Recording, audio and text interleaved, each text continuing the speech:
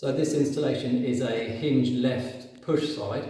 So if we go inside the box, and we're going to get template number 1. As you can see, hinge left push side. And then when we open up the template, what we have on top, the top section is the physical template with all the drilling holes, and then underneath is the fitting instructions.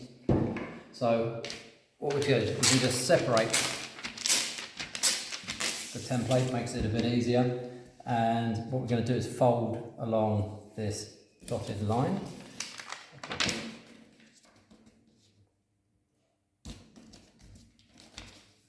So, fold it back the other way.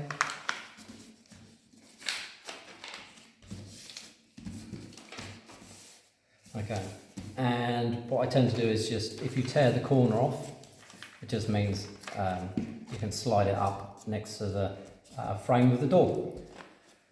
And then when we've done this, we'll go over to the door, offer it up, and drill out the holes. So with the door in the closed position, what we're going to do is take our template and we're going to slide that edge against the edge of the door and push it up and up to the top there. And what we can see is we can see the holes that we need to pilot drill in position. So we have the ones for the Freedor